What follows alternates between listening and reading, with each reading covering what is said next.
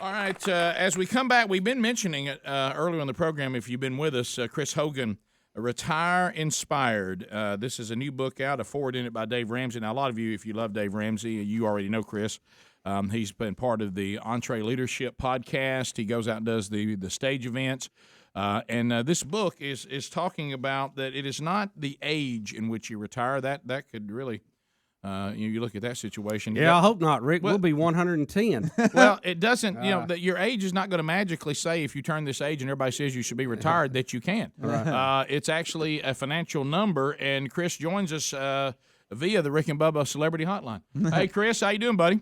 I am doing fantastic, guys. Thank you for having me. Well, it really is the question. When can someone get to the point that they work because they want to, they love what they do, not because they have to? Well, Rick, you're absolutely right. That's the point. I mean, you want to have options.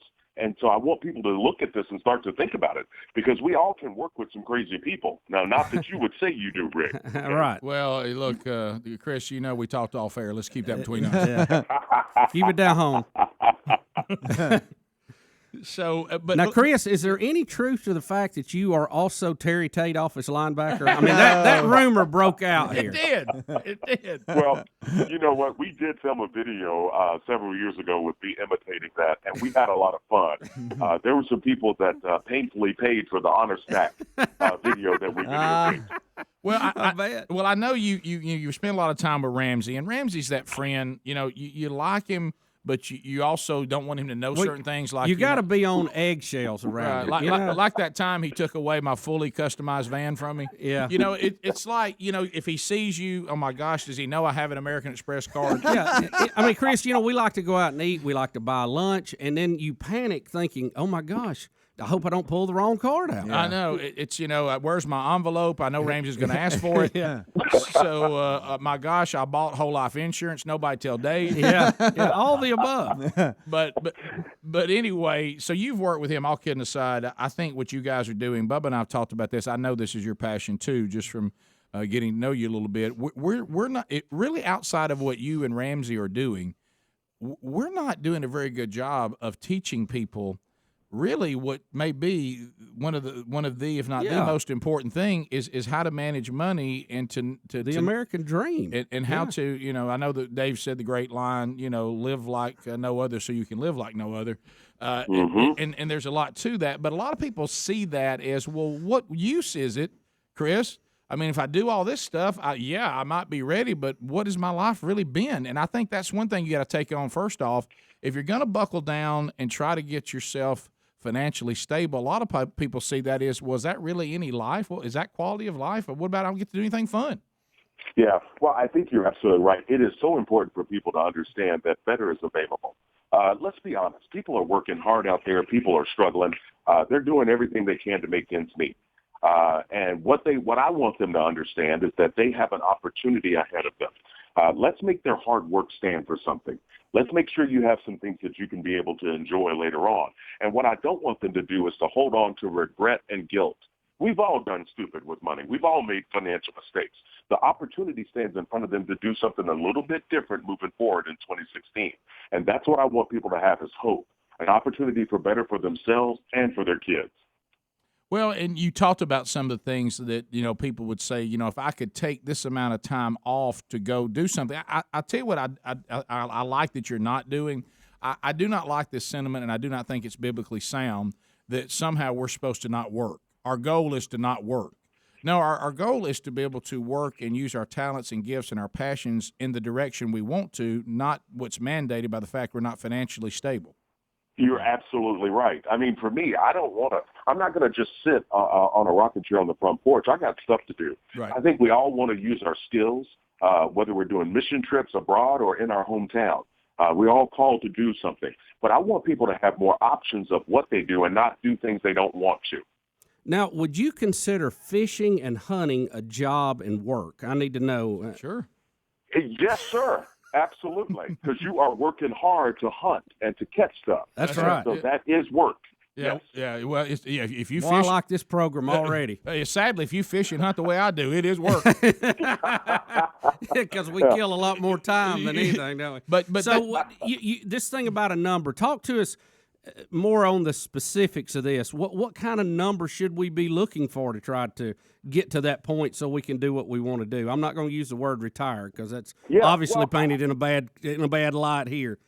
That's right. Well, I want people to understand that retirement's not an age; it's a financial number. Your freedom, your ability to do the things you want, has nothing to do with you turning age 65. It's about the financial number that you've set yourself up with. And so people would ask me all the time, Chris, how much am I going to need to be able to live my dream? How much do I need? And so I sat down with our web developers and developed a free tool called the RIQ, the Retire Inspired Quotient. This is a free tool on my website, chrishogan360.com. You plug in a few basic numbers, and it gives you a ballpark idea of how much you're going to need to live your dream. And so I wanted people to see it so they can chase this number and not be scared anymore, guys. When you say live the way you want to live, now some people are delusional about that. What do you really mean by that? Do we need? There's nothing wrong with setting the bar high, but I think sometimes you got to be realistic, right? You do. I talk about it in my book. I think it's great to dream, but listen, a dream without a plan is called a wish. Right. And what we want to do, we want to dream, and yes, I want you to plan, and then I want you to work towards that dream. But it does need to be realistic. Let's be honest. Some people are in their 40s and 50s, and they're behind. Maybe they haven't saved as much for retirement as they should. Well, now I want them to see this and understand it. They're not going to be able to travel the world 11 months out of the year, but they could be able to take a couple of trips that they could really enjoy. So it is about being realistic, and it is about having the right hope, but working the right kind of plan. Now let's talk on the other end of the spectrum. Let's talk to the young people out there. Because they fall victim. I see it in my. I mean, we've all have children, and we have children as old as 26 and as young as. You got 3 years old. 3 years old. So, but what I'm saying is, I see with people who are young. When I say young, I'm talking about teenagers into the people in their 20s, and it's like, that's something I worry about later. And if we could get their attention earlier, it'd save them a lot of problems. You're absolutely right. I mean, we all can think back and imagine if you could go back in your 20s, some things you'd do different. Yeah. I mean, we all would. And so in hearing it, if I could get the young people out there just to get jump-started, to start to keep their lifestyle in check, don't go out and get the car payment. Don't try to hurry up and buy a house before you're ready. But more importantly, start investing in a 401k or Roth IRAs right now and let that money sit. Because when you invest, time and compound interest are your best friends. If I can get them to wake up and see that and take action on it, it could change the game for them when they're in their 40s and 50s. And Chris, just real briefly, the difference in a Roth IRA gives people a little more flexibility how they use it. It does. The Roth IRA, listen, guys, when you hear the word Roth, I want you to get tingly. Because what it means is tax-free money. The government can't get its hands on it. Okay, it's tax-free. And so there's a difference between like a 401k, which is pre-tax, but a Roth is after-tax dollars. So it all grows tax-free. The government can't touch it. All right, we'll come back. Chris Hogan's our guest. I got tingly right there. I did. Didn't you? His website, and you need to go there because he set it up where you can actually work the formula right now on his website. We put that in show notes at rickandbubba.com. The book is called Retire Inspired. It's not an age. It's a financial number. The forward is by Dave Ramsey. It's available wherever books are sold. Put this into your arsenal. We'll talk more with Chris, and if you have questions, 866-WE-BE-BIG when we come back. Rick and Bubba, Rick and Bubba. Chris Hogan is with us. Retire Inspired. It's not an age. It's a financial number. His website's at rickandbubba.com. You want to go check out all the information there. Use the formula. Go ahead and get an idea where you would be. If you want to get to the point where you could do what you wanted to do, not do what you have to do. You want to maybe do the things you've always wanted to do, and on your timetable. It's all there. And Chris is with us for one more segment. Chris, thanks for taking time to be with us. If you have some questions for Chris, and we have a person standing by right now, because Chris goes out, he does this. You got opportunities to see him, but right now on the Rick and Bubba Show, you can chat with him now for the next few minutes. And Chris, I want you to talk to Morgan, who is standing by, if you don't mind. Morgan's out of Montgomery, Alabama, listening to us on I-92 WLWI. Morgan, you're on with Chris. Go ahead and ask your question. Hey, Chris. Thanks for talking with me. I just was wondering, you had said, if the young people would just go ahead and invest in 401k or a Roth, but what number I'm 26, so, I'm kind of in that age group that you're talking to. But what number would you suggest we have before we invest in a 401k? Like, what is the right amount to start with? Okay, fantastic, Morgan. Well, I love the fact that you are already thinking about this and plugged in. What I'd encourage you to do is to make sure that, A, you've attacked your debt. Okay, so I want you to attack debt before you even start to invest, because you want to give yourself an opportunity to get some cushion. But then once you've done that, I want you to build up a good-sized emergency fund, maybe 3 to 6 months of expenses just sitting there, okay? So if there was a job loss or car breakdown, now you've got some cushion. But then once you have that, I would say try to target doing 15% of your income toward retirement. That's what you would want to invest. And so kind of sit down and look at that and let 15% kind of be a guide. If you have kids and things of that nature, you may want to start to sock some money away for college. But 15% is the good starting point for you to invest. Okay, yeah, that's a great number. Thanks. All right, thanks a lot, Morgan. Yeah, thank you.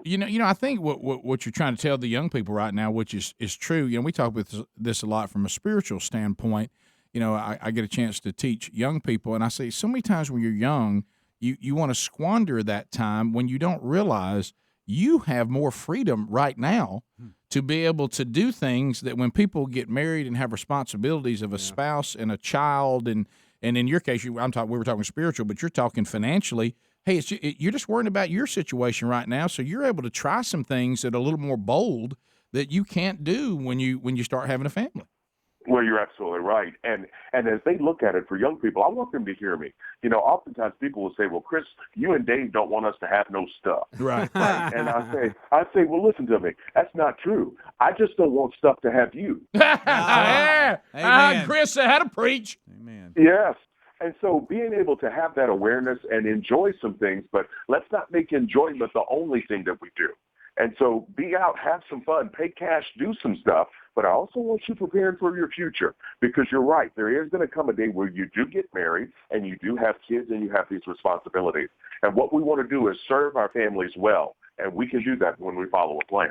Well, you talk about things owning you. I mean, is that really a great life when you've got the burden of debt hanging over you and you think if something goes wrong, if I go into the office today or I go to my business, even if I'm an entrepreneur, and we have a down year or something happens or I get cut back here, we're not going to survive. Is that really fun? Yeah, that causes stress, guys, and you know it. People can't sleep well. It impacts their relationships with their wife, their husband, as well as their kids. 70% of people out there, I read this statistic a few years ago, 70% of people are living paycheck to paycheck. And you know what that stress. That's stress. Yes, that's stress. And then somebody starts blaming somebody else, and why'd you buy that? And here we go. And the house turns upside down. All right, let's go to JW. JW is out of Auburn. You're on with Chris Hogan. Go ahead. Hey, Chris. I just wanted to know, I'm pretty close to retirement, probably within the next 3 years. I've had 401k retirements that I've just watched dwindle down, lose money. They're managed supposedly by professionals. Plus, I have a precious metal IRA in gold and silver. It just seems to be going down the drain also. What can I do to see some type of an investment? Well, here's what I'm going to tell you. You definitely, as you look at it from a 401k standpoint, we've all seen kind of the dips and the drops here and there. But here's what I want you to understand. As you look at the stock market, historically, whatever goes down also comes up. And when you're investing, it's like riding a roller coaster. So if you've got these funds in your 401k being managed, I would call that manager of those funds, talk with them to see, are there some little tweaks you need to make? Are there some things, as you start to let them know in 3 years, this is where you want to start to move into your time of freedom and retirement. So what are some things you can be doing over the next 6 months or year to help yourself set up for that? I'd ask them the tough questions, and I'd begin to look at it and get your portfolio in line with what your goals are. All right, thanks for the call. Let's go to Gulf Shores where Jamie is standing by. Jamie, you're on with Chris Hogan. Go ahead. Hi, how are you? I am fantastic, Jamie. How are you? I'm good. I love your show. Rick and Bubba, that is. Well, thank you.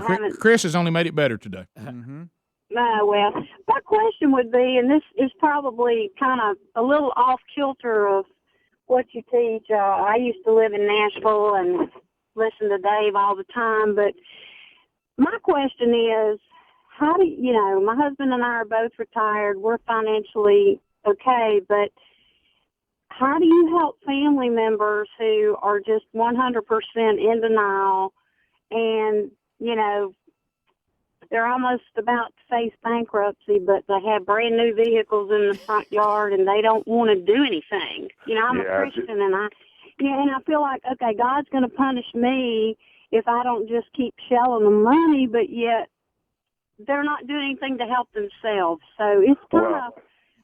Yeah, Craig, Jamie, that is a tough spot to be in. And I'm going to tell you something.